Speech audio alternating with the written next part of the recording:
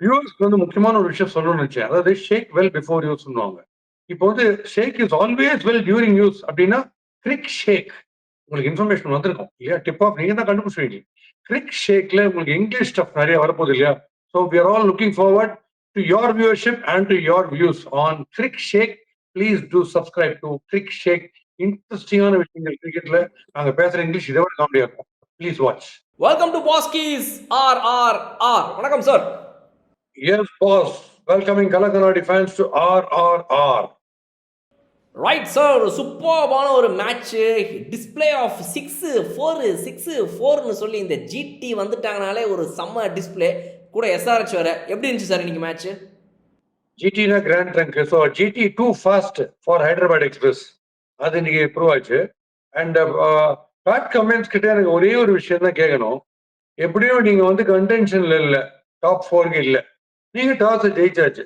உங்களோட plus point முதல் 3 பேர் புலகறதுல 300 வந்துருது ஸ்கோர்ன்றது தெரியும் உங்களுக்கு.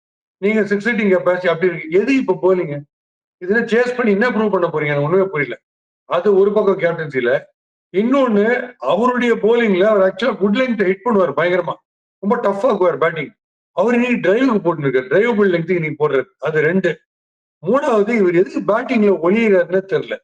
இவர் தான் அப் ஃப்ரண்ட் வரணும். வந்து you should make a match out of it because he is got the capacity to hit huge sixes. அவர் பின்னாடி ஒளிஞ்சு டெய்ல் இந்த மாதிரி வராரு. இந்த 3 விஷயம் தான் ரொம்ப ரொம்ப அவங்களுக்கு அகேன்ஸ்டா போச்சு. பட் ஜிடியுடைய பிளஸ் என்ன அப்படின்னு பாத்தீங்கன்னா, அப்கோர்ஸ் அந்த ஜாஸ் பட்லர் அண்ட் இவங்க வந்து சுப்மன் கில் நான் பேர் மாத்திட்டேன் பாஸ். சுப்மன் கேல் அப்படின்னு மாத்திட்டேன். அவர் வந்து ஒன்லி 6-4 தன்னுடைய இஷ்டம், ஏன் இஷ்டம். ரொம்ப டயர்டா இருக்கு 6 அடியில. இந்த ஓவர் நான் 3 4 வச்சுக்கிறேன். இப்ப நான் ஃப்ரெஷ்ஷா இருக்கேன், 3 6 அடிச்சுக்கிறேன். அந்த டைப்ல இருக்காரு. சுப்மன் கேல் மாத்திட்டேன். இவரு கிளாஸ் பட்லர். ஜாஸ் பட்லருக்கு வந்து கிளாஸ் பட்லர். அவர் நம்பர் 3 வந்தாலும் சரி, நம்பர் 1 இருந்தாலும் சரி, அவர் டிசைட் பண்ணிக்கிறாரு. நான் எப்ப பேஸ் இன்க்ரீஸ் பண்ணும், எப்ப நான் பார்த்தாலும், எப்ப மேக்கப் பண்ணும், லேக் ஆஃப் இது ரன் ரேட்டு எல்லாமே டாப் கிளாஸா டிசைட் பண்றாரு. ரொம்ப பியூட்டிஃபுல்லா இருந்தது. பிகெஸ்ட் பிளஸ் வந்து நம்ம இந்த கேம் பத்தி பேசுவோம். ஜிடியுடைய ஸ்ட்ராட்டஜி அகேன்ஸ்ட் SRH பேட்டர்ஸ் அது top class. Right sir, will address all that. ஒன்று பேசுவோம் கண்டிப்பாக நீங்கள் சொன்ன மாதிரி. டு ஸ்டார்ட் ஆஃப் வித், நீங்கள் சொன்ன மாதிரி இந்த சுப்மன் கில் அண்ட் சாய் சுதர்ஷனுடைய பார்ட்னர்ஷிப்பு மேட்சுக்கு மேட்ச் நம்ம பார்க்குறோம். அந்த கன்சிஸ்டன்சி காட்டுறாங்க. எந்த ஒரு டீமுமே வந்து ஒரு IPL கப்பு வின் பண்ணுறது நம்ம ஒரு கடந்த 17 வருஷமாக பார்க்குறோம் அப்படின்னா, அதில் வந்து மெயினாக அவங்களுடைய ஓப்பனர்ஸ் அந்த சீசன் ஃபுல்லாக அந்த 2 பேரும் சேர்ந்து ஒரு 500 ரன்னு, 550 ஒரு 1000 ரன்னு மினிமமாக இந்த 2 பேர் சேர்ந்து ஸ்கோர் பண்ணுற டீம்ஸ் தான் ஜாஸ்தியாக வந்துட்டு கப்பு வின் பண்ண இன்ஸ்டன்சஸ் நம்ம பார்த்துருக்கோம். அது CSKவாகட்டும், KKR ஆகட்டும், SRHஓ, MIஓ, இவங்க எல்லாருக்குமே அந்த ஓப்பனர்ஸ் ரொம்ப முக்கியம். ஜிடி கப் அடிச்ச அந்த சீசன்லேயும் வந்து ஸ்டார்டிங்கில் அந்த மாதிரி இருந்தார். 2023 அவங்க கப்பு தோத்தப்ப கூட அந்த சீசன்ல செஞ்சுரி மேல செஞ்சுரி போட்டார் சுப்மன் கில். ஸோ அவரோட கன்சிஸ்டன்டி இந்த டீமுக்கு வந்து ரொம்ப யூஸ்ஃபுல்லா இருக்கு. வித் சாய் சுதர்ஷன் பார்க்கும்போது அவங்க அந்த பட்லர் அட் நம்பர் 3 ரொம்ப அழகா வந்துட்டு செட் பண்ணிட்டாங்க. நம்ம சீசன் ஸ்டார்டிங்ல நான் கேட்டேன், என்ன சார் பட்லர் போய் நம்பர் 3 விளையாடுறாரு அப்படின்னு சொல்லி. பட் அவங்க 3 பேர் ஒன்னா சேர்ந்து வரும்போது full of fireworks and that ஒரு பேட்டிங் பிச் அப்படின்னா செஞ்சு விட்டுறாங்க. இன்னைக்கு சொல்லுங்க சார், 3 பேரை பத்தி சொல்லுங்க.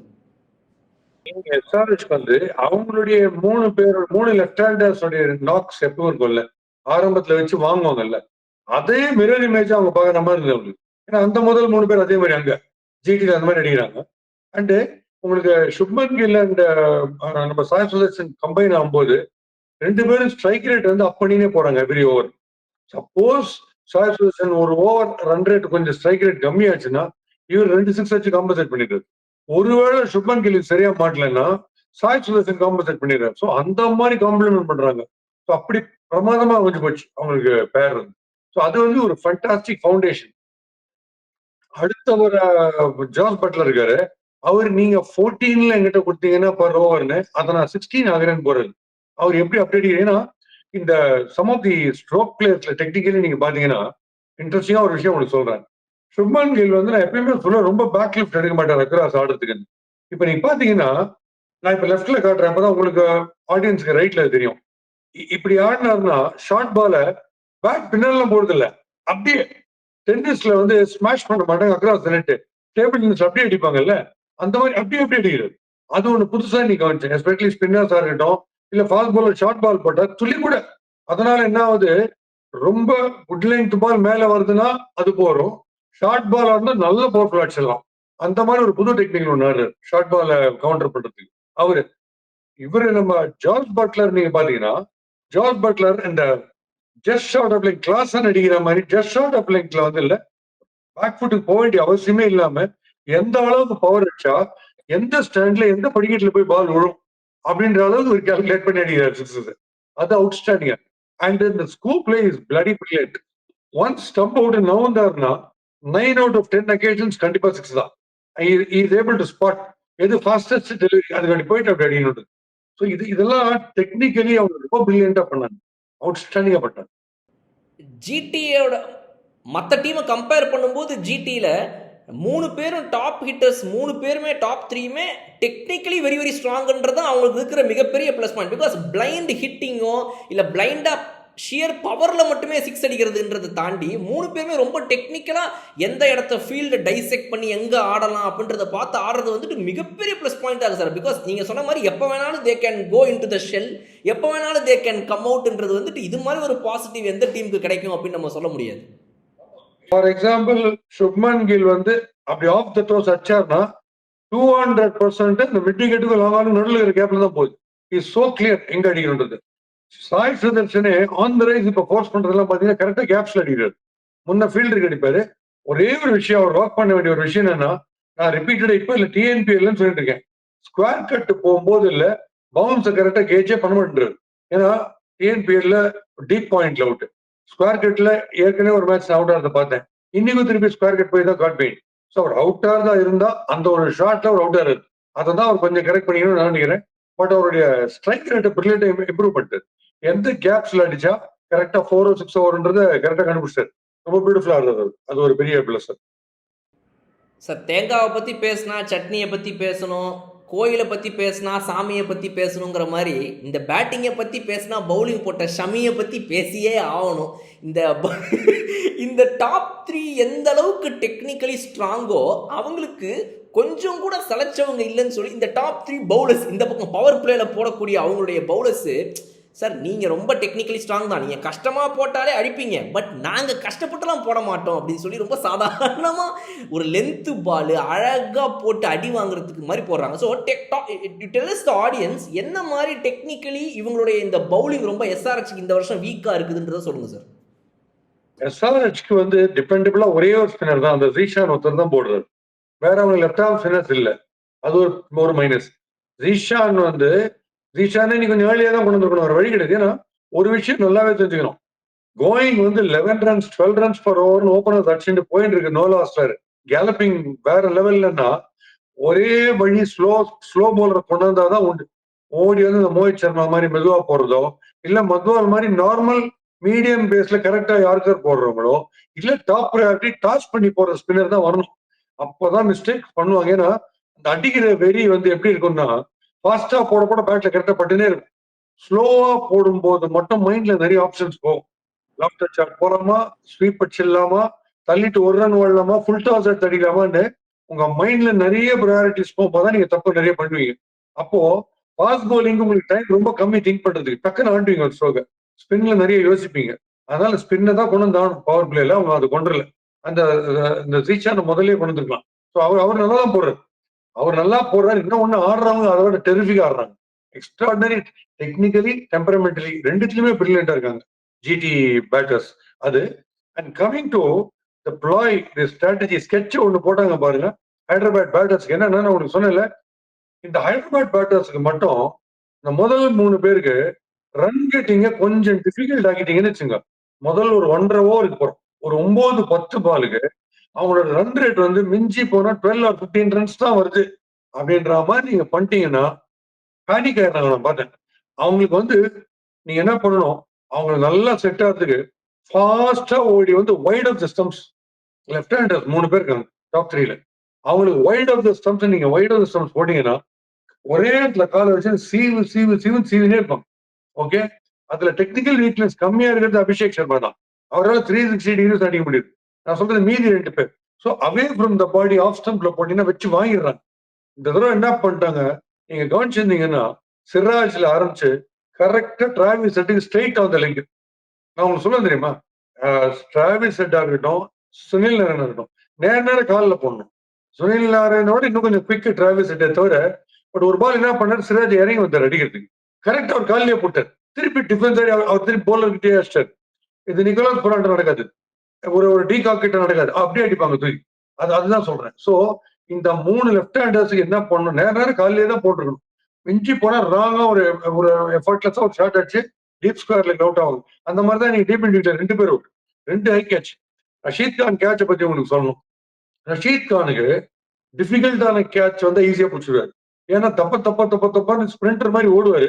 அவர் ரீச்சுக்கு வெளியில இருந்தா ஃபுல்லா த்ரோ பண்ணி ஒரு கையில பிடிச்சிருவாரு. எக்ஸ்ட்ராடனரி பிடிச்சிருவாரு. அதான் இன்னைக்கு பண்ணாரு. But easy catch Rashid Khan வந்து என்ன பண்ணுவாரு, பாலுக்கு முன்னாடி ஓடி போடுவார் ஃபாஸ்டா. வந்த அப்புறம் பின்னாடி இருக்கு, நான் பால் ஜெயிச்சிட்டேன் ஓடுவார் ஃபாஸ்டா. ஏன்னா ரொம்ப பரபரப்பு. அதுதான் இன்னைக்கு அந்த டிஃபிகல்ட் கேட்ச் வந்து கரெக்டா பிடிச்சிட்டாரு. ரஷீத் கானுடைய அப்ரோச் நான் பார்த்திருக்கேன். எல்லாத்துக்கும் சரிகின்னு வந்துடணும், அப்படி சாதா ஃபீல்டிங்கும் சரிகின்னு வந்துடணும். அந்த ஒரு பரபரப்பு. அண்ட் ரொம்ப மேட்டர் ஆஃப் கன்சர்ன் அவருடைய போலிங் தான். அவர் என்ன கம்ப்ளீட்டா ரிதமே வராத மாதிரி போட்டிருக்காரு. ஒரு மேட்ச் நல்லா போட்டாருன்னா 3 மேட்ச் ரொம்ப சுமாரா போடுறாரு. இன்னைக்கு நினைச்சா வந்து சிக்ஸ் அடிக்கிறாங்க எல்லாரும். அவர் அது ஒரு டெக்னிக்கலி ஒண்ணு பார்த்தேன் பாலா. அவர் என்ன பண்றாரு, அவரு majority 4 out of 6 deliveries googly தான் போடுறது. ஸோ லெஃப்ட் ஹேண்டர் ஆடினார்னா, லெஃப்ட் ஹேண்டர் ஆடும் போது மிடில் ஸ்டம்ப்ல அவங்களுக்கு பிச்சை டுவர்ட்ஸ் ஸ்லிப் போகும். இவர் போடுற கூகுளி, அந்த கூகுளிய இவர் right arm over the wickets, that is இவருக்கு ரைட்ல அம்பையர் இருக்கிற மாதிரி ஒரு ஓடி வரும்போது அப்படி போட்டார்னா தான் மிஸ் ஆகிறதுக்கு நிறைய சான்ஸ் இருக்கு. இவர் பைத்தியகாரத்தனமா between the stump and umpire வந்து ரவுண்ட் விக்கெட்ஸ் எல்லாம் போட்டாருன்னா கூகுளியோட டேர்ன் கம்மியாயினே வரும். கூகுளியோட டேர்ன் கம்மியாக ஸ்ட்ரெயிட் பால் ஆடுற மாதிரி அடிப்பாங்க லெஃப்ட் ஹேண்டர்ஸ். அதான் ஈஸியா அடிக்கிறாங்க. ஸோ அவர் ஓவர் த விக்கெட்ஸ் போட்டா தான் ஓரளவுக்கு டேர்ன் ஆகும். எல்பிடபிள்யூக்கும் அது பெட்டரு, மிஸ் டைம் ஆகிறதுக்கும் அதான் பெட்டர். அவர் ரவுண்ட் விக்கெட்ஸ் போட்டுருவே கூடாது லெஃப்ட் ஹேண்டர்ஸ் ஆடும்போது. நான் அஸ்வினுக்கு சொன்ன அதே கதை தான். லெஃப்ட் ஹேண்டர்ஸ் ஆடும்போது அஸ்வின் வந்து ஓவர் விக்கெட்ஸ் போடுறது தான் பெட்டர். அப்பதான் லைனை தப்பா ஆடுவோம்.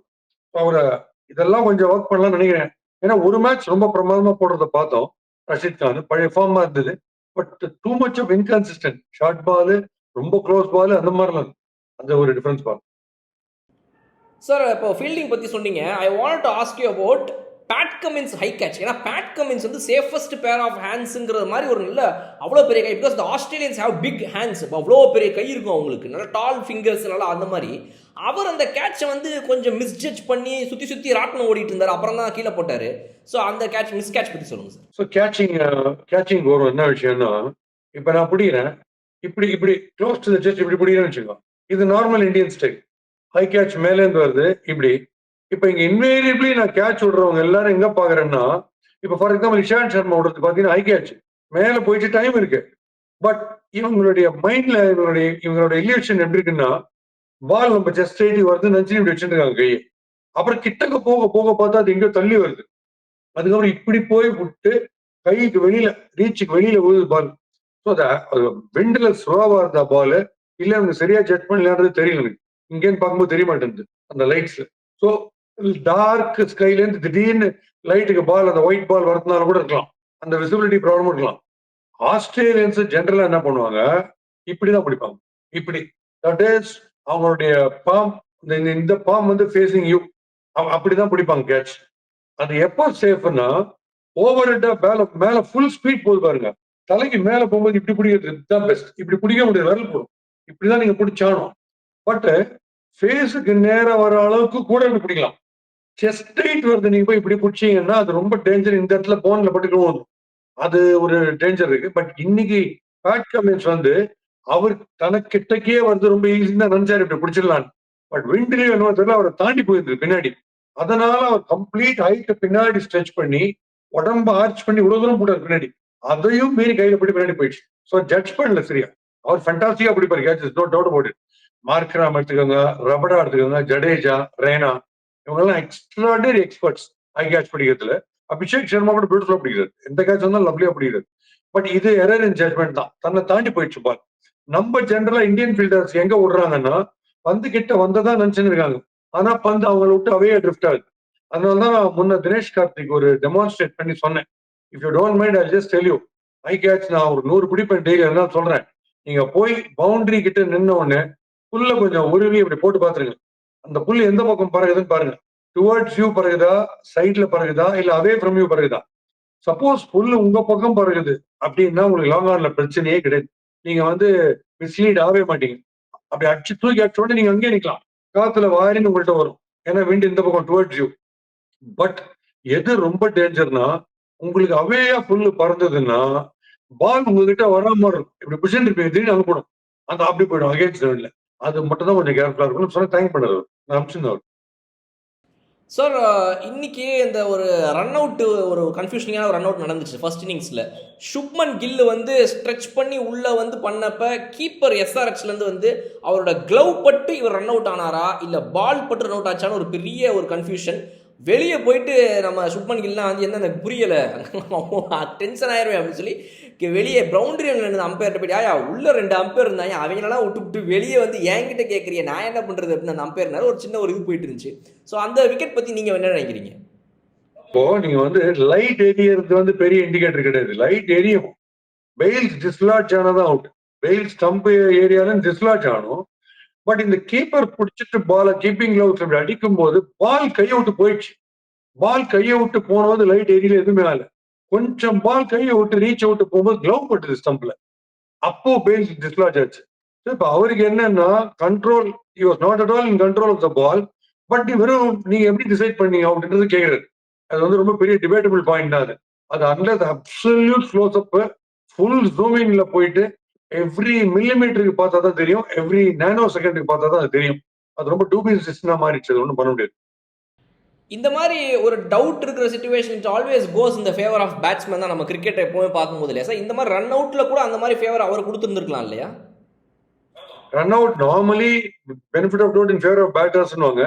இந்த தடவை அவங்களுக்கு என்ன தோணுதுன்னு தெரியல, இப்படி கொடுத்துட்டாங்க. இன்னொரு சஜஷன் என்னுடைய ஃபேஸ்புக்ல சத்யராஜ் ஒருத்தர் இருக்காரு. அவர் நான் சொல்றது ஒரு 8-10 இயர்ஸ் பேக் ஒரு லவ்லி சஜஷன் கொடுத்தாரு. என்னன்னா எப்ப பார்த்தாலும் பவுண்டரியில கால் பட்டுதா இல்லையான்னு ஒரு டவுட் வந்துனே இருக்குல்ல. Why not have a sensor இந்த பவுண்டரி லைன்ல. ஸோ அது கால் பட்டதுன்னா லைட் உடனே எரியும்ல. ஸோ அது seem to be a good idea. அதை கண்டிப்பா இம்ப்ளிமெண்ட் பண்ணலாம். Right sir.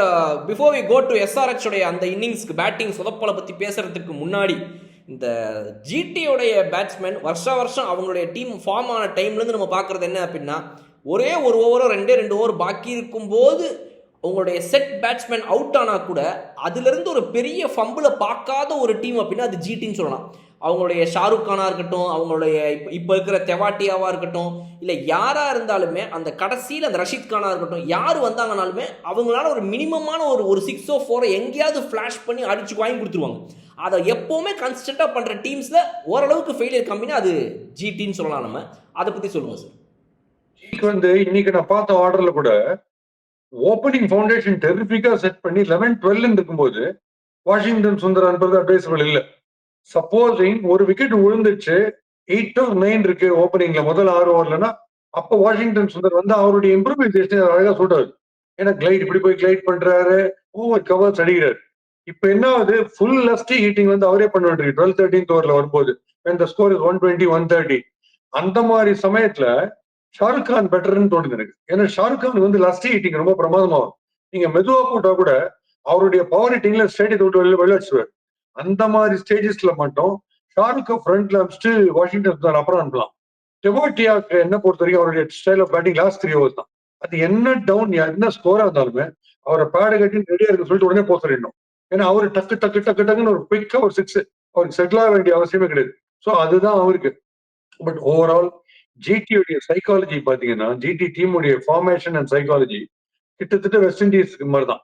183 வந்து வேர்ல்ட் கப்ல எப்படி அடிக்கலாம்? 60 ஓவர் 3 ரன் பர் ஓவர் அடிச்சா போறோம். விச் மீன்ஸ் 2 பாலுக்கு ஒரு சிங்கிள் அடிச்சா போறோம். அந்த நிதானம்லாம் அவங்க சூட்டே ஆகாது. ஏன்னா அவங்க டைப்பே டெஸ்ட் மேட்ச்லயே அந்த காலத்துல இருந்து அவங்க T20 டைப் ஆஃப் கிரிக்கெட் தான், அவங்க கேலிப்சோ கிரிக்கெட் தான் அவங்களுக்கு. அங்க போய் மாட்டாங்க. என்ன பண்றதுன்னு தெரியல. 2 விக்கெட் விழுந்த வெல் லெஃப்ட் ஃபுட், பிளேட் ஆன்ல போல்டு, டோட்டலா well left foot swing. Well left foot first சாந்து பால்ல கிரீனிச் போல்டு இன் ஸ்விங்கர்ல வெல் லெஃப்ட்லாம் விடுறாங்க டெஸ்ட் மேட்ச் மாதிரி. என்னன்னா 183 பார்த்து வர்றாங்களாம். அதே மாதிரிதான் ஜிடிக்கு இன்னைக்கு மாதிரி மேட்ச் அவங்களுக்கு பிரச்சனையே கிடையாது. சூப்பர் ஃபவுண்டேஷன் செட் நோ லாஸ்ல 10 ஓவர்ல அடுத்த வரவங்க எல்லாம் 6 அடிச்சு போயினே இருப்பாங்க. 200+ போயிடும். ஜிடிக்கு எங்க பிரச்சனை வரும்? ஃபர்ஸ்ட் 6 ஓவர்ல 30-3 வந்தது கந்தல். மீதி பேருக்கு பினிஷிங் ஆடுறதா தள்ளி ஆடுறதா என்ன ஆடுறதுன்னு தெரியாம முடிச்சுனே இருப்பாங்க. சிஎஸ்கே இதை கரெக்டா எக்ஸ்பிளைட் பண்ணுவாங்க ஜிடி அகேன்ஸ்டா. Last year near before last நான் சொல்றது. ஸோ இது அவங்களோட psychology. Right sir, moving on to SRH உடைய பேட்டிங். நம்ம அபிஷேக் சர்மா பற்றி பேசணும், அவங்களுடைய டாப் 3 எப்படி கிளிக் ஆகிறாங்கன்றதை பற்றி பேசணும். மிஸ்டேக்ஸ்ன்னு எடுத்துக்கிட்டீங்க அப்படின்னா இந்த இஷான் கிஷான் வந்து இன்னைக்கு அவுட் ஆனது வந்து ஒரு ரெஸ்பான்சிபிளாக அவர் ஆடுவார்னு எதிர்பார்க்குறாங்க அந்த டீமில். அவங்களுடைய டீம் மேனேஜ்மெண்ட் எதிர்பார்ப்பே 6 தான், 6 மழை தான். பட் இருந்தாலும் அதுலேயும் வந்து அபிஷேக் சர்மா மாதிரி நல்லா ஆடணும்னு எதிர்பார்க்குறாங்க. இஷான் கிஷான் விக்கெட்டு அந்த இவ்வளோ இந்த கோய்ட்ஸி, உங்களுடைய one of the favourite bowlers Gerald Coetzee போடுறாரு. அவரே ஆஃப் ஸ்டம்ப்லேருந்து இந்த பக்கம் போயிட்டு இருக்கிறாரு. இவர் அதை போய் அக்ராஸ் ஆடுறேன்னு சொல்லி, because is one of the senior batsman. இப்போ அவருடைய ஏஜ் கம்மியாக இருக்கலாம், பட் இந்தியாவுக்கு ஆடிட்டு இருக்கிறாரு. எல்லாமே பண்ணும்போது அவருடைய எக்ஸ்பீரியன்ஸுக்கு அட்லீஸ்ட் இஷான் கிஷான் அந்த மாதிரி ஷாட்ஸ்லாம் ஆடக்கூடாதுன்னு எனக்கு ஃபீல் ஆகுது.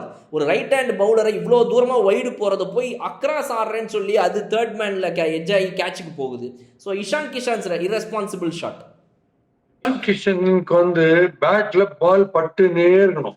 ஓகே, அது ரெகுலரா ஆகினே இருக்கணும். In fact he would prefer to go opening நினைக்கிறேன் என்ன கேட்டா.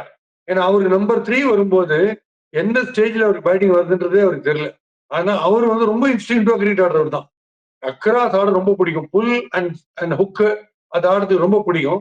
ஸோ நமக்கு ஸ்கோர்ஸ் வராத போது இல்ல, நம்ம மட்டமான பால்லாம் கூட அவுட் ஆகும், ஃபுல் டாஸ் அவுட் ஆகும், ரேங்க் ஷார்ட் பால் அவுட் ஆகும். அந்த ஃபீல் கரெக்டா வராத போது.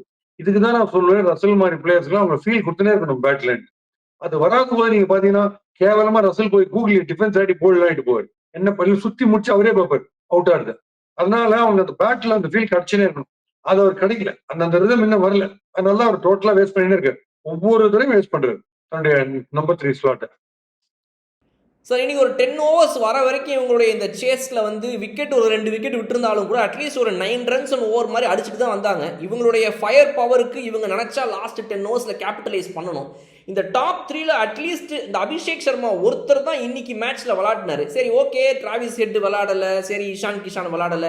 இந்த சீசன்ல ஓரளவுக்காவது அவங்க விளையாடி இருக்காங்க. இந்த எண்டில் வரக்கூடிய நிதிஷ்குமார் ரெட்டி பற்றியும், பிகாஸ் அவரோட ரோல் குரூஷியல் இந்த டீமில். அவர் வந்து போன வருஷம் அவங்களுடைய மெகா பர்ச்சேஸில் ஒன்று அவரை வந்து ரீட்டைன் பண்ணி அவனும் ரீட்டைன் பண்ணாங்க. ஸோ அவரோட ரோல் மேபி இப்போ இந்த இஷான் கிஷான், ஹென்ரிக் கிளாசன், அனிகேத் வர்மா இதுக்கெல்லாம் அப்புறம் தான் நிதிஷ்குமார் ரெட்டி வரணும்னு நீங்கள் நினைக்கிறீங்களா? ஆர் நிதிஷ் இப்போ நீங்கள் வந்து ஸ்டார்டிங்கில் வீடியோவில் வந்து அவரெல்லாம் மேலே வரணும்னு சொன்னது வந்து பேட் கமின்ஸ் சொன்னீங்களா? பேட் கமின்ஸ் இன்னைக்கு வரணும். இன்னைக்கு மேட்ச்ல எப்பயுமே பேட்டிங்ல ஒளியில பின்னாடி டெய்லர் மாதிரி. ரைட். அப்போ Aniket Varma should he come in front of Nitishkumar Reddy இன்னைக்கு வந்த மாதிரியா, இல்ல நிதிஷ்குமார் ரெட்டிலாம் இந்த அனிகேத் வர்மாக்கெல்லாம் முன்னாடி வரும்னு நினைக்கிறீங்களா? And the role of Heinrich Klaasen, அவர் மேல எல்லா மேட்சோட ப்ரெஷர் வருது. ஸோ அவர் வந்து எப்படின்னா ஒரு எண்டில் ஆளுங்க அவுட் ஆகிட்டே இருப்பாங்க, அவர் மட்டும் நிற்கிறாருன்ற மாதிரி பிரச்சனை வந்துடும். இன்னைக்கு அவரும் அவுட் ஆகிட்டு கிளம்பி போயிட்டார் ஒரு சின்ன இன்னிங்ஸ் ஆடி. ஸோ எப்படி ஸ்ட்ரக்சர் பண்ணால் இந்த எஸ்ஆர்எச்சோட பவர் ஹிட்டிங் அவங்களோட அதே மெத்தட்ல பவர் ஹிட்டிங்லேயே போகலாம், பட் இந்த பேட்டிங் ஆர்டர் ரீஸ்ட்ரக்சர் எப்படி பண்ணலாம்னு நினைக்கிறீங்க? முதல்ல குவிக் விக்கெட்ஸ் விழுந்துச்சுன்னா கிளாசன் உடனே அவங்க அனுப்பக்கூடாது. ஏன்னா கிளாசன் செகண்ட் ஹாஃப்ல பிரில்லியன்ட், ரா பவர்ல அடிக்கிறார். செகண்ட் ஹாஃப்ல உங்களுக்கு ஸ்பீடு குறைஞ்சினே வரும். போலிங் கொஞ்சம் மெதுவா போடுவாங்க, ஸ்பின்னர்ஸ் வருவாங்க செகண்ட் ஹாஃப்ல. செகண்ட் ஹாஃப்ல கிளாசன் ஆடுதான் ரைட்டு. அவர் தேவையில்லாத ஃப்ரண்ட் லைன் அனுப்பி அவர் வந்து வைட் அவுட் செய்து ஆஃப்டர் ஒரு டெக்னிக் நம்ம ஹர்திக் பாண்டியா அடிக்கல ஒரு T20 ஃபைனல்ஸ்ல, சவுத் ஆப்பிரிக்கா ஃபைனல்ஸ்ல வைட் அவுட் செய்து ஆஃப்டர் போட்டு காட்மெயின் எடுத்தார் பாத்தீங்களா? சோ கிளாசனுக்கு வந்து எப்பயுமே லெக் ஸ்டம்ப் கிட்டே நின்னுறாரு. லெக் மிடில் ஆஃப்ல நீங்க எங்க ஷார்ட் ஆஃப் லைன் போட்டாலும் நின்றதுல 6 அவர் சுப்ரீம் பிளேயர். ஆனா வைட் அவுட் சைட் ஆஃப் நான் சொல்ற இந்த ஆண்டர் ரசல் டைப் ரவுண்ட் இருந்து வைடு போறதுக்கு பாத்தீங்களா, அதை அவர் என்ன பண்றாரு, நின்ற இடத்துல இருந்து டுவர்ட்ஸ் ஆஃப் லீன் பண்ணாம அங்கேருந்து அடிக்கிறாரு. நீங்க பாத்தீங்கன்னா இன்னைக்கு கூட ஸ்கோர் ஆச்சு பாயிண்ட்டுக்கு மேல. அதே மாதிரி காட்மெயின்க்கு அவுட் ஆகிறதுக்கு நிறைய சான்ஸ் இருக்கு. அவர் நின்றதுல இருந்து ஆடுவார். ஸோ அவர் எடுக்கிறதுக்கூடிய ஒரு பால் எதுன்னு பாத்தீங்கன்னா ஸ்லாண்டா கோயிங் டுவர்ட்ஸ் ஸ்லிப்ஸ். அந்த பால் வந்து அவர் சரி ஆடுறது இல்லை. ஸோ கிளாஸ்னா அவங்க செகண்ட் ஹாஃப் வச்சுக்கிறது பெட்டர். இன்னைக்கு இருக்கிற ஃபார்ம் ட்ரெண்ட்ல நம்ம ரெட்டி பெரிய ஃபேன். அவர் ஏன் ஃபெயில் ஆகிறாருன்னு புரியல. அனிகேட் தான் வந்தாங்க, அவருக்கு தான் கரெக்டா படுது, அவர் தான் ஃப்ரண்ட்ல வரணும்.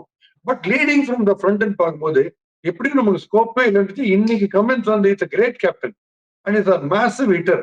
அவர் என்னத்துக்கு பதுகிறான்னு தெரியல. அவர் ஃப்ரண்ட்ல வந்துடணும், வந்து அடிச்சு காமிச்சிருந்தாருன்னா அபிஷேக் சர்மா ஒரு 2 வந்து இவர் அடிச்சிருந்தாருன்னா அபிஷேக் சர்மா இருக்க வரைக்கும் இவங்களுக்கு பயம். அதுக்கப்புறம் செகண்ட் ஹாஃப்ல imagine Abhishek Sharma and Klaasen second ஹாஃப்ல சேர்ந்தாங்கன்னா பேனிக் ஆயிடுப்பாங்க இவங்க ஜிடி. ஸோ அந்த ஆர்டர்ஸ்ல வந்து அவங்க பண்ணிக்கலாம். இன்னைக்கு அவங்க ரெட்டி பின்னாடி நிதிஷ்குமார் பின்னாடி அம்சத்துல தப்பு கிடையாது. பிகாஸ் அவர் ரொம்ப ரொம்ப புவரா இருக்கார் ஃபார்ம்ல. இன்னைக்கு கொஞ்சம் அடிச்சாரு. பட் அனிகேட் இன்னும் மோர் டிபெண்டபிள். பட் இன்னைக்கு வந்து கமின்ஸ் ஃப்ரண்ட்ல வந்துட்டு கிளாசன் பின்னாடி வந்துக்கலாம். அது it would help them a lot. But இந்த சீசன் பார்க்கும்போது இது வரைக்கும் அவங்களுக்கு அப்போ ஆடினதுன்னு பார்த்தோம்னா ஓவர் ஒரு 300 ரன்ஸ் வரைக்கும் அடிச்சிருக்கிறதுனா இந்த சீசனில் Abhishek Sharma and Henrik Klaasen அவங்க தான் டிபெண்டபிளாக இந்த சீசன் அடிச்சு கொடுத்துட்டே இருந்திருக்காங்க. மற்றவங்க எல்லாருமே இவங்க எதிர்பார்த்த அளவுக்கு ஃபயர் பவரை வந்து குவிக் ஃபயராக ஆடிருக்காங்க, மெகா ஃபயராக ஆடலை. அது வந்து ஒரு சின்ன சின்ன இன்னிங்ஸாக ஒரு 20-25 ரன் இவ்வளோ தான் சார் ஆடி இருக்காங்க. வெறும் Henrik Klaasen and Abhishek Sharma தான் இந்த சீசன் ஃபுல்லாக ஆடி இருக்காங்க. பெஸ்ட் எக்ஸாம்பிளே பாருங்க, சூரியவன்ஷி வந்து ஜிடியோட அடிச்சது என்ன லெவல்ல போச்சு. 3 overs ஸ்கோர் அடிக்கிறாங்க, 200 and huge score. சூரியவன்ஷி நேற்று அவுட் ஆயிட்டாரு, ஜெயிச்சாலும் அவுட் ஆயிட்டாரு, மெயின் ஹிட்டர்ஸ் அவுட் ஆயிட்டாரு, எங்க கிரம்பலாம் பார்த்தீங்கன்னா 117 டோட்டல். அதனாலதான் இந்த மெயின் அடிக்கிறவங்க எல்லாரையும் ஒரே கிளஸ்டர்ல போட்டீங்கன்னா, ஒருவேளை 3 பேர் ஃபெயில் ஆனாங்கன்னா, ஏற்கனவே ஒரு என்கவுண்டர்ல இதாச்சு, 3 பேர் மும்பைக்கு அகேன்ஸ்டா என்ன பண்ணிட்டாங்க, ஸ்லோ விக்கெட்ல மாடி கேரம் பிச்ல மாடினாங்க. 3 பேரும் பேக்கப்னா ஓவர் ஸ்கோர் வராது. அதனாலதான் அதுல ஹிட்டர் மேட்ச் விட்டு ஒருத்தர் செகண்ட் ஹாஃப் தான் இருக்கும். எல்லாரையும் ஒரே கிளஸ்டர்ல போட்டீங்கன்னா எப்போ போடலாம்னா 14th வரும்போது ஸ்கோர் 160 ஃபார் 1-2 வந்துச்சுன்னா அப்ப நீங்க பிரச்சனையே கிடையாது. எந்த நோனும் ஏன்னா இருக்கிறதே பாக்கி 6 ஓவர் தான். முதல் ஹாஃப்ல 7-8 ஓவருக்குள்ள 2 பேர் அவுட் ஆயிட்டாங்கன்னா இந்த மூவ் பண்ணவே கூடாது. தேர்ட் ஹிட்டர் பண்ணவே கூடாது. நல்ல பின்னாடி தான் இருக்கும். Sir final question before you move to the comment section. SRH அவங்களுடைய அந்த ஒரு மெகா ஃபயர் ஹிட்டிங்கே நம்பி இருக்கட்டும், அதுதான் எங்கள் ஸ்ட்ரென்த்து நம்பட்டும். பட் அந்த மாதிரி விஷயங்களை ஃபாலோ பண்ணக்கூடிய இங்கிலாந்து மாதிரி ஒரு டீமே பேஸ்பால்னு அந்த ஒரு பிராண்ட் ஆஃப் கிரிக்கெட் இன்ட்ரடியூஸ் பண்ண அவங்களே அவங்களுடைய டெஸ்ட் ரேங்கிங்ஸ், அவங்க ஓடிஐ ரேங்கிங்ஸ், அவங்க T20 ரேங்கிங்ஸ்லாம் பார்த்தீங்க அப்படின்னா ஒரு மேட்ச் 2 மேட்ச் கிளிக் ஆகி ஒரு பெரிய டாக்காக மாறுது. பட் ஆனால் கன்சிஸ்டன்சியில் எல்லா பிச்சில் அந்த மாதிரி ஆடுறதுங்கிறது அவங்களுக்கே ஒர்க் அவுட் ஆகலைங்கும் போது இந்த ஃப்ரான்ச்சைசி கிரிக்கெட் நீங்கள் இந்தியாவில் ஆடுறீங்க, ஒரு 10-12 ஊரில் ஆடுறீங்க, வேறு பிச்சு வேறு மாதிரி இருக்குதுங்கும் போது should SRH concentrate on having somebody இந்த பிளேயிங் லெவல், யாராவது ஒருத்தங்களாவது அவங்க பிளேயிங் லெவலில் ஒரு சுப்மன் கில் மாதிரி, ஒரு சாய் சுதர்ஷன் மாதிரி, ஒரு கேன் வில்லியம்சனோ, இல்லை வந்து ஒரு ஜாஸ் பட்லரோ, ஒரு KL ராகுலோ, இந்த மாதிரி அவங்களால எப்போ வேணாலும் அடிக்க முடியும். பட் அவங்க நினைச்சாங்கன்னா பொறுமையாக ஆடக்கூடிய கெப்பாசிட்டி இருக்குது. அப்படின்ற மாதிரி ஒரு 2 பிளேயராவது அவங்க பிளேயிங் லெவலில் கண்டிப்பாக வேணும் டாப் 6ல, இல்லையா? அந்த ஆங்கிள் அனிகேட் ஆள முடியும், கமின்ஸ் ஆள முடியும். அதான் நான் சொல்றேன், கமின்ஸ் ஆள அது முடியும். அவரு நீங்க அந்த லீட் எடுத்து பண்ணிக்கணும். First decision to bowl a stupidity. அவங்களுக்கு வந்து ஃபோர்த்தே அவங்க டீமுக்கே அந்த முதல் 3 லெஃப்ட் ஹேண்டர்ஸ் அடிக்கிறது தான் வச்சு வாங்கினாங்கன்னா 260 270 வரும். அதை விட்டுட்டு இந்த இன்சிக்னிபிகன்ட் மேட்ச்ல போய் எது அவங்க சேஸ் பண்ண போனாங்க எனக்கு புரியல. நான் இது வந்து இப்ப சிஎஸ்கே தான் நான் சொல்லுவேன், எனக்கு வேலையே கிடைக்க வேணாம், நான் சும்மா தான் வீட்டுல சொன்னாங்கன்னு வந்த இன்டர்வியூ என்ன கேள்வி கேட்டாலும் நான் கால் மேல கால் போட்டு தப்பா பதில் சொல்லுவேன் அப்படின்ற ஆட்டிடியூட்ல தான் வரணும். இதுல ஒன் நத்திங் டு லூஸ், ஜாலியா பேட்டிங் டென்ஷன் ஃப்ரீயா இருக்கணும். Sir will go to the comment section. Sir கமெண்ட்ஸை பொறுத்தவரையில் RR versus MI match. So இந்த மேட்சோடைய வீடியோடைய கமெண்ட் செக்ஷனை தான் நான் சொல்லலான் இருக்கேன். நிறைய பேர் நிறைய கேள்விகள் கேட்டிருந்தாங்க. பட் குறிப்பிட்டு ஒரு கேள்வி என்ன வந்திருக்குது அப்படின்னா, Baski sir, I generally don't, கொஸ்டினுக்கு முன்னாடி சொல்லிடுறேன், I generally don't watch IPL matches more often, but I make sure I watch your reviews which is more interesting than வாட்சிங் ஐபிஎல் அப்படின்னு சொல்லி தமிழன் 89 அப்படின்னு சொல்லி ஒரு தமிழன் சொல்லியிருக்கிறாரு. ஸோ அது வந்து சூப்பரான ஒரு கமெண்ட்டாக எனக்கு படிச்சு, அதை சொல்லிடலாம்னு நினச்சேன் உங்ககிட்ட. இன்னொருத்தர் ஒரு கேள்வி கேட்டிருக்காரு சார், எம்ஐயை பொறுத்த வரைக்கும் அவங்களுடைய பவர் ஹிட்டிங் தான் அவங்களுடைய பெரிய பாசிட்டிவாக இருக்குது. அவங்களுடைய பவுலிங்கும் இந்த சீசனில் வந்து இப்போ ட்ரெண்ட் போல்ட் எல்லாம் வந்ததுக்கப்புறமா ரொம்ப சூப்பராக இருக்குது. பிளே ஆஃப் போகக்கூடிய நிலைமையில் எம்ஐ டீமுக்கு நீங்கள் என்ன சொல்ல நினைக்கிறீங்க? அவங்க கப்பு ஜெயிச்சு ஆகணும் நான் நினைக்கிறேன் அப்படின்னு சொல்லி ஒரு கமெண்ட்ஸில் போட்டிருக்காரு. எம்ஐ டீம் வந்து என்னன்னா ஒரு சர்ப்ரைஸான ஒரு ஃபேக்டர் வந்து top hitters like Suryakumar Yadav and Hardik Pandya. அந்த நம்ம உங்களுக்கு சொல்ல நம்ம மத்வால் அவரு ஒரு 4 பால் நிக்க வச்சிட்டாரு பாத்தீங்கன்னா, சிங்கிள் கட்சியில. அதெல்லாம் எனக்கு ஷாக்கிங்கா இருந்தது. மும்பை அந்த தண்டர் ஹிட் அடிச்சுட்டு இருக்கும்போது லாஸ்ட் ஓவர்ல நிக்க வச்சாங்க. அதை அவங்க கண்டிப்பா யோசிப்பாங்க, இந்த மாதிரி ஒரு போலர் வந்தா என்ன பண்ணுன்றது அவங்க யோசிப்பாங்க. மும்பையுடைய ஸ்பின் சாண்டனர் ஒன்னும் பெருசா ஒன்னும் பண்ணல. ஸ்பின் ஓரியன்டா ஒரு ஸ்பின்னர் தான் என்ன பண்ணும். இவங்க fast bowler support suppose swinging condition எதுவுமே இல்லை. தீபக் சாரியும் நம்ம ட்ரெண்ட் போல்ட்டையும் வச்சு வாங்கிட்டாங்க. 7 ஓவர்ஸ்ல 85-90 போயிடுச்சுன்னா மும்பை கதை கந்தலாயிடும். பின்னாடி ஸ்டாண்டனர் இப்ப இன்னும் ஃபுல்லா ரெகுலரா போட்டுருக்கல போலிங். விக்னேஷ் பத்தோர் இன்ஜார்டுன்னு கேள்விப்பட்டேன். ஸோ அப்போ நெசசரிலி ஸ்லோ பாலிங் போட்டதான் விக்கெட் விழுன்ற ஒரு சுச்சுவேஷன் வரும்போது மும்பை ரொம்ப கஷ்டப்படுவாங்க. அதுல இது வரைக்கும் அவங்களுக்கு அந்த மாதிரி ஒரு ப்ராப்ளம் வரல. அப்படி வந்துன்னா ரொம்ப கஷ்டப்படுவோம். பட் பியாண்ட் ஆல் திஸ் சேசிங்னு அவங்க போயிட்டாங்கன்னா நீங்க ஒண்ணுமே பண்ணிட்டு, அவங்க வந்து மேசிவ் விட்டர்ஸ் இருக்காங்க. மைனஸ் டிம் டேவிடே டீம் பயங்கரமா இருக்கு. அப்ப டிம் டேவிட் இருந்தா எப்படி இருக்கும்? அதனால ரியல் மேசிவ் விட்டர்ஸ். அண்ட் ஒரு இந்த ஓவரால் இருக்கிற எல்லா டீம்ஸ்லயுமே இம்ப்ரோவைஸ் பண்ணி 4 and 6 அடிக்கிறது வந்து சூரியகுமார் யாதவ் அடிக்கிறதும் இந்த ஹர்திக் பாண்டியா அடிக்கிறதும் நீங்க பாத்தீங்கன்னா பிரத்யேகிங்க. அதாவது நல்ல நல்ல பால் அடிச்சிடறாங்க 6. ஒரு ஸ்வீப் கம் புல் மாதிரி அடிக்கிறாங்க. ஒரு genuine leg spin good leg ball அடிக்கிறாங்க. அந்த மாதிரிலாம் நான் பார்த்தே கிடையாது. அவங்களுக்கு அது ஒண்ணு இருக்கு. அந்த எக்ஸ்ட்ராவா இம்ப்ரோவைசிங் கெப்பாசிட்டி ஐக்யூ மாதிரி இம்ப்ரோவைசிங் கோஷன்ட் ஒன்று எக்ஸ்ட்ராடினரியா இருக்கு மும்பைக்கு. அதான் பெரிய பிளஸ். சார் இன்னைக்கு திவாட்டியாவை பற்றி கேட்கணும்னு நினச்சேன், ரைட்டாக மிஸ் ஆயிடுச்சு. தெவாட்டியா வந்து நீங்கள் இந்த ரஷீத் கான் ஃபீல்டிங் எந்த அளவுக்கு சூப்பராக இருந்துச்சு சொன்னீங்களோ அதே மாதிரி தெவாட்டியா ரன்னிங்கில் வந்து போட்டு ஒரு சரியான மீன் எப்படி ரஷீத் கான் ரன்னிங்கில் பிடிக்கிறார் அதை விட இம்பார்ட்டன்ட்டு இந்த பவுண்டரி லைன் கேட்ச். நம்ம ரீசெண்ட் டைம் நிறைய பவுண்டரி லைன் கேட்ச்லாம் பற்றி பேசியிருக்கோம். இன்னைக்கு ஒரு பவுண்டரி லைனில் நின்று ஒரு தட்டி கொசு அடிக்கிற மாதிரி அச்சு ஒரு சரியான ஃபீல்டிங் பண்ணார். அண்ட் ஆல்சோ சிராஜ் ரன்னிங்கில் வந்து ஒரு கேட்ச் அவர் பிடிச்சாரு. ஸோ ஓவரால் ஜிடியோட ஃபீல்டிங் இன்னைக்கு எல்லாமே நல்லா இருந்துச்சு இல்லையா? ஒரு நிமிஷம் இருங்க. ஒன்றும் இல்லை, பிரேவிஸ் நினச்சின்னு காலை தொட்டு கும்பிட்டுக்கிறேன். நீங்கள் கேட்ச் சொன்னீங்கல்ல, எனக்கு அந்த மாதிரி கேட்ச்லாம் டெய்லி நினச்சி பார்க்கணும். அந்த கேட்ச் பிரேவிஸ் தான் லீடிங் அந்த மாதிரி கேட்ச்ல. தெவாட்டியா பியூட்டிஃபுல்லா அவரோட ஹைட்டுக்கு அதை தடுக்கக்கூடிய பாசிபிலிட்டி கிடையாது. அவர் லீட் பண்ணி ஒரு நீல பிடிச்சா அந்த கேட்ச பிடிச்சிட்டு he realized that he will definitely cross the line with the ball in hand. அதனால பால் தூக்கி போட்டாரு தவிர டாப் கிளாஸ் எஃபர்ட். இந்த மாதிரி ஃபீல்டர்ஸ் எல்லாம் பாத்துங்க, ஈஸி கேட்ச் வேணா விடுவாங்க, டிஃபிகல்ட் கேட்ச் விடவே மாட்டாங்க. அவங்களுக்கு டிஃபிகல்ட் கேட்ச் பிடிக்கிறது ஈஸி. அவங்களுக்கு சில பேருக்கு வந்து கேட்ச் ஸ்லிப்ல டக்கரா பிடிப்பாங்க, சில பேருக்கு கேட்ச் ஸ்லிப் ஆகினே இருக்கும். அது மாதிரி இவங்க டிஃபிகல்ட் கேட்ச் ரொம்ப ஈஸியா பிடிச்சிருவாங்க. இன்னைக்கு ஓவரால் ஜிடியோட ஃபீல்டிங் அவுட்ஸ்டாண்டிங். இவரு நம்ம சிராஜ் தடுத்து பவுண்டரி கிட்ட பால் ட்ரிக்கலா இருக்கும்போது திருப்பி ரெண்டாவது வந்து டைவ் வச்சு சுப்மன் கில் தள்ளி விட்டாரு. உள்ளுக்குள்ள ஒரு ரன் சேவ் பண்ணுது. அதெல்லாம் பண்ண வேண்டிய அவசியமே இல்லை, பட் பண்ணாங்க. எக்ஸ்ட்ராடனரியா பண்ணாங்க ஃபீல்டிங். ஜிடியோட ஃபீல்டிங் குவாலிட்டியும் டெரிஃபிக்கா இருக்கு. Too good. சார் நாளைக்கு ஆர்சிபி வெர்சஸ் சிஎஸ்கே. ஒரு டீம் நாக் அவுட் ஆயிட்டாங்க, ஒரு டீம் பிளே ஆஃப்ஸுக்கு வந்து இந்த கிட்ட போயிட்டாங்க. ஸோ ரெண்டு மேஜர் டீம், ஃபேன்ஸ் எல்லாருக்குமே பிடிச்ச 2 டீம்ஸ் விளாடுறாங்க நாளைக்கு. மேட்ச் ரொம்ப இன்ட்ரெஸ்டிங், ஹை வாலடைலாக இருக்கும். நீங்கள் என்ன எதிர்பார்க்குறீங்க அந்த மேட்ச் பற்றி? இன்னைக்கு இருக்கிற மொரல் டவுன், சைக்கலாஜிக்கல் ஃபேக்டர்லாம் பார்க்கும் RCB right on top, no doubt about it. But அதை நீங்க டாப்பில் பண்ணணும்னா மகேந்திர சிங் தோனி ஓப்பனிங். அதே ஃபார்முலா தான் நான் சொல்றது தான். ஓகே, அப்படி தோனி வரலையா, 2 பேருக்கு அட்வைஸ். இந்த முதல்ல போற 2 பேருக்கு இந்த பாரு, எந்த பால் போட சிக்ஸுக்கு போ, 4 கூட கிடையாது உனக்கு பனிஷ்மெண்ட். 4 அடிச்சா கூட 6 அடிக்கணும். ஒரு ஓவருக்கு மினிமம் 3 6 அடிக்கணும்னு ஒண்ணு மாட்டிச்சுன்னா என்ன பண்றதுன்னு தெரியாம போடும். சம்டைம்ஸ் இந்த டெய்ல் எண்டர் சில பேருக்கு மாட்டிக்கும். பெரிய பெரிய போலர்லாம் என்ன பண்றதுன்னே தெரியாது, காட்டடி அடிச்சுன்னு இருப்பாங்க. பும்ரா போய் ஒரு 4 6 அடிச்சா தெரியுமா ஒரு மேட்ச் அந்த மாதிரி.